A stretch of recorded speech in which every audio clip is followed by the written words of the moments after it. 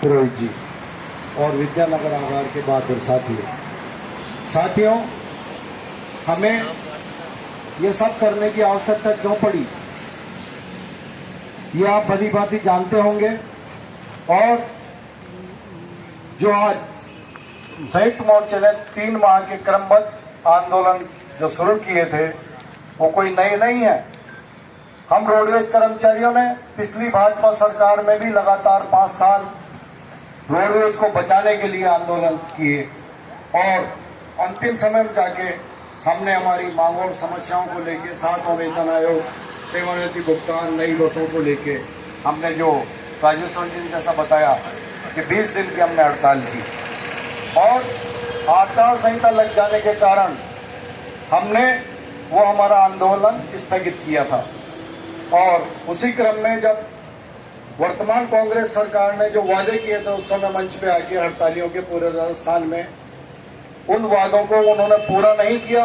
उन्होंने अपने घोषणा पत्र में भी लिखा था हम रोडवेज का विकास करेंगे और मांगों और समस्याओं का निराकरण करेंगे, लेकिन लगभग आधे से ज्यादा समय बीत जाने के कारण अभी तक हमारी मांगे और समस्याएं जस की तस हैं। और उसी क्रम में संयुक्त मोर्चे ने 3 माह के अपने चरणबद्ध आंदोलन शुरू किए।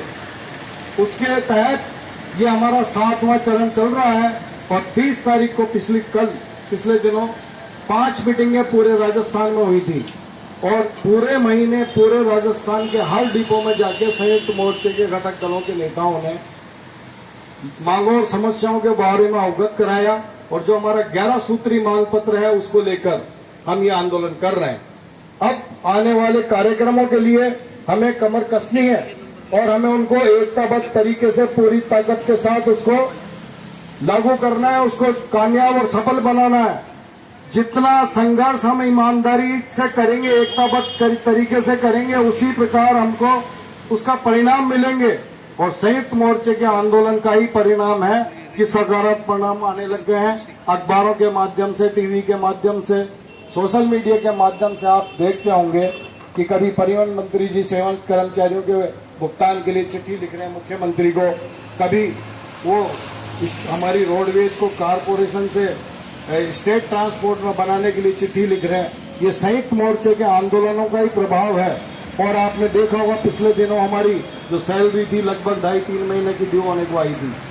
जब अर्थनगर ने प्रदर्शन किया और मुख्यालय में प्रदर्शन किया उसके अगले दिन ही हम लोगों को जो हमारी जो तनख्वाहें थी 2 महीने की ड्यू हो गई थी वो 1 महीने की पहले मिली, उसके पश्चात आगामी मिल गई। और सेवानिवृत्त कर्मचारियों का जो जून 16 से जो सेवानिवृत्ति भुगतान अटके हुए थे वो अब लगभग सितंबर तक पूरे हो चुके हैं। अक्टूबर के अब उनको बकाया चल रहे हैं। इससे यह होगा कि जो 16 से जो बकाया थे वो 1 भी महीने का भुगतान नहीं कर रहे थे तो वो बढ़ता ही जा रही थी पेंडेंसी। अब वो एक निश्चित सीमा में रुकेंगे तो सही, हर महीने अगर इस तरह से भुगतान होते रहे।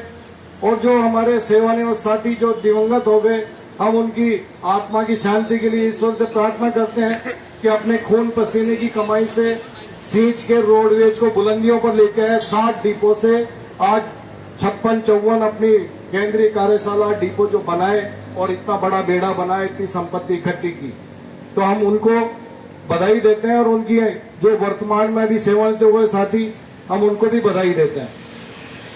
और दिसंबर 18 तक जो मृत कर्मचारी हो गए, जो संयुक्त मोर्चे के आंदोलन का ही दबाव है कि उनके भी भुगतान के मांगाया जा रहा है, उनका भुगतान किया जा रहा है। तो साथियों, हम लोगों ने जो ये 7वें चरण के अंदर पूरे राजस्थान में मीटिंगें की, लगभग अब सिर्फ 2 ही डिपो बचे होंगे।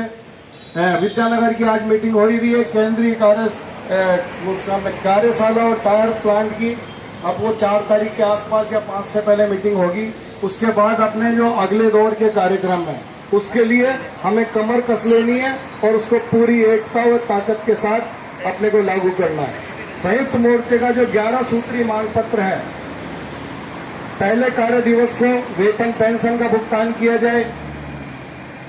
और जो सबसे बड़ी हमारी मूल समस्या है जिसके लिए सब लोग हम निराश हैं और उसके लिए आंदोलन कर रहे हैं, सबसे महत्वपूर्ण हम सेवारत साथियों को और जो सेवानिवृत्त हो चुके हैं उनके लिए तो मैं सेवानिवृत्त साथियों से अपील करना चाहता हूं कि हम सब मिलकर सबसे पहले ये डिमांड रखें कि जो हमारे अक्टूबर 16 से जो साथी रिटायर्ड हुए उनका एक मुश्त भुगतान हो। हम हमारा 7वां वेतन आए तो 1 महीने बाद भी ले लेंगे, हमें कोई दिक्कत नहीं। आज जो सीपीएफ के साथी उनको 2-2.5 हजार पेंशन मिलती है, उनका घर चलाना मुश्किल हो रहा है। मान लो किसी के बच्चे सक्षम नहीं है तो समस्याएं आती हैं। तो हमारी महत्वपूर्ण मांग जो है, सेवानिवृत्त कर्मचारियों को सबसे पहले एक मुश्त भुगतान करें और 7वां वेतन आयोग रोडवेज कर्मचारियों को लागू करें। उसके पश्चात जो हमारे 9,000 पद खाली पड़े हैं ड्राइवर, कंडक्टर, मैकेनिक और दूसरे कैडरों के, तो प्राथमिकता के आधार पे ड्राइवर, कंडक्टर, मैकेनिकों की जो 9,000 पद है प्राथमिकता के आधार पे उनको पहले भरा जाए, जिससे हमारे जो चालक साथी हैं, परिचालक साथी हैं और मैकेनिकल साथी हैं उनको राहत मिले। और चालक परिचालकों को लगभग 14-14, 15-15 घंटे नौकरी करनी पड़ती है और बिना तनख्वाह लिए, बिना सुविधाएं लिए। तो साथियों, हमें हमारे संघर्ष को मजबूती से आगे बढ़ाने की आवश्यकता है और बढ़ाएंगे तभी हमें सब कुछ मिलने वाला है। नई बसों की खरीद करो जिससे आम जनता को बेहतर परिवहन सुविधा मिले। और जो रोडवेज के बस स्टैंड है पूरे राजस्थान के अंदर, उनके बाहर से लोक परिवहन सहित अवैध वाहनें जो भी संचालित हो रही हैं उनको 2 से 5 किलोमीटर दूर खदेड़ा जाए, जिससे हमारी रोडवेज की इनकम में इजाफा हो। और भाजपा सरकार ने जो बस अड्डा प्राधिकरण का गठन किया था, उस बस अड्डा प्राधिकरण के गठन को खत्म कर उसको खत्म किया जाए। और जो मार्ग राष्ट्रीयकृत किए थे वापस से राष्ट्रीयकरण किया जाए उनका। तो हमारे 11 सूत्री मांग पत्र है, जो हमारा बोनस बंद कर दिया गया, जो लगभग 3-4 साल का हमारा बकाया हो गया, वो हमें दिया जाए। और जो पिछले 5 सालों के अंदर जो महंगाई भत्ते बढ़े हैं उसका भुगतान किया जाए हमें। और हमको नई बसों की आवश्यकता है, नई भर्ती की भी आवश्यकता है। और हम जब तक संघर्ष नहीं करेंगे, ये सब चीजें हमें हासिल होने वाली नहीं है। और इन 11 सूत्री मांगों को लेकर अब आने वाले आंदोलनों के लिए आपको कमर कस के तैयार होकर एकजुटता से संघर्ष करने की आवश्यकता है। अब इसके बाद जो आने वाली 5 अक्टूबर को प्रदेश स्तर की जो रैली आयोजित की जानी है, ज्यादा से ज्यादा संख्या में भागीदारी कर उसको सफल बनाओ और सरकार पे दबाव बनाने की आवश्यकता है। परमिशन वगैरह की सबकी अप्लाई कर ली गई है और 5 अक्टूबर को हम अवश्य रैली निकालेंगे। और संयुक्त मोर्चे ने बीच में एक नया प्रोग्राम और उसमें ऐड किया है, 20 अक्टूबर को ढोल नगाड़े बजाओ सरकार की नींद उड़ाओ। ढोल नगाड़े बजाओ और सरकार की नींद उड़ाओ। उसके बाद 25 और 26 तारीख को 24 घंटे के पूरे प्रदेश स्तर पे, डिपो स्तर पे धरने दिए जाएंगे। और 27 अक्टूबर को हम लोग 24 घंटे की चक्का जाम हड़ताल करेंगे। तो साथियों, आप लोग तैयार हो ना? तैयार है। कहीं ऐसा तो नहीं होगा कि सरकार रेशमी लगा दे तो फिर के भाई हम तो यार अब घर पे ही रहेंगे। और जैसे जो 5 अक्टूबर की रैली का कार्यक्रम है, रैली में चलोगे ना? चलेंगे। एक के साथ कितने लोग चलेंगे? 5 अक्टूबर को क्या होगा? रेला होगा। 5 अक्टूबर को क्या होगा? रेला होगा। और सबसे बड़ी जो अपना मजदूरों का ब्रह्मास्त्र हड़ताल, वो हड़ताल भी करोगे या नहीं करोगे? करेंगे। 27 अक्टूबर को रोडवेज का चक्का जाम कौन करेगा? हम करेंगे, हम करेंगे। रोडवेज का चक्का जाम कौन करेगा? हम करेंगे, हम करेंगे। साथियों, आप लोगों ने पिछली वसुंधरा सरकार के कार्यकाल में भी देखा होगा, जब संयुक्त मोर्चा कोई भी आंदोलन खड़ा करता है तो जो नकारात्मक सोच वाले संगठन है, आपने कभी देखा क्या उनको कभी कोई धरना प्रदर्शन करते हुए, कहीं इस तरह से आंदोलन करते हुए या करते हुए? तो उन लोगों ने जैसे ही संयुक्त मोर्चे के आंदोलन शुरू हुए हैं, उन्होंने अपने पैरेलल समानांतर अपने भी आंदोलन के वो क्या कहते हैं, रोडवेज बचाओ संघर्ष समिति करके, ऐसे करके उन्होंने एक गठन कर लिया अपना। उनकी मजबूरी है, वो इसलिए करना पड़ा कि उन संगठन या उन नामी क्या कहते हैं भ्रामक संगठनों ने, कि उनके लोग जो थे वो उनको छोड़ छोड़ के जाने लग गए, कि भाई संयुक्त मोर्चा तो लगातार इतने महीने से 7वें चरण में पहुंच गया, आप लोग क्या कर रहे हो। तो उन्होंने एक समानांतर अपने आंदोलन खड़ा कर दिया। वो लोग भ्रम फैला रहे हैं, वो क्या कहते हैं कि हम है ना प्राइवेट को रोकेंगे। भाई तुमको मना किसने किया, रोको ना, ऐलान करके रोको। संयुक्त मोर्चे ने अपने सारे कार्यक्रम घोषित कर रखे हैं, हम इतनी तारीख को ये करेंगे, इतनी तारीख को ये करेंगे।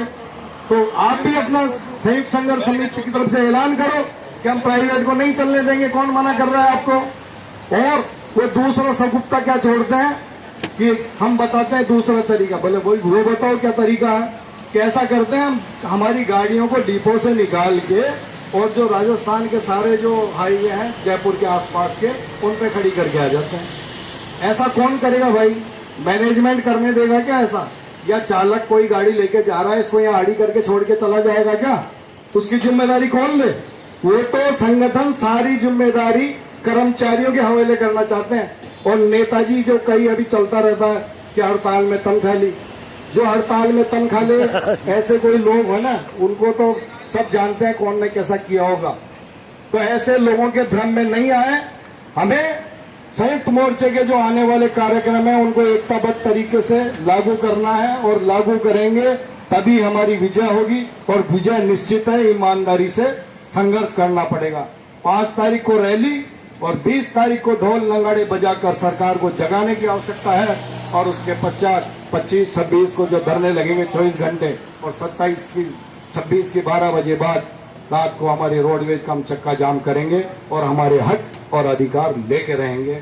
मैं अब साथियों मैं अपनी बात खत्म करूंगा 1-2 नारों के साथ। रोडवेज कर्मचारी एकता जिंदाबाद, जिंदाबाद जिंदाबाद, रोडवेज कर्मचारी एकता जिंदाबाद, जिंदाबाद जिंदाबाद, संयुक्त मोर्चा जिंदाबाद, जिंदाबाद जिंदाबाद। और हमारे एक बहुत ही जवान साथी कॉमरेड हरगोविंद जी नारा देते हैं, लड़ेंगे जीतेंगे, लड़ेंगे जीतेंगे। इंकलाब जिंदाबाद। जय हिंद साथी।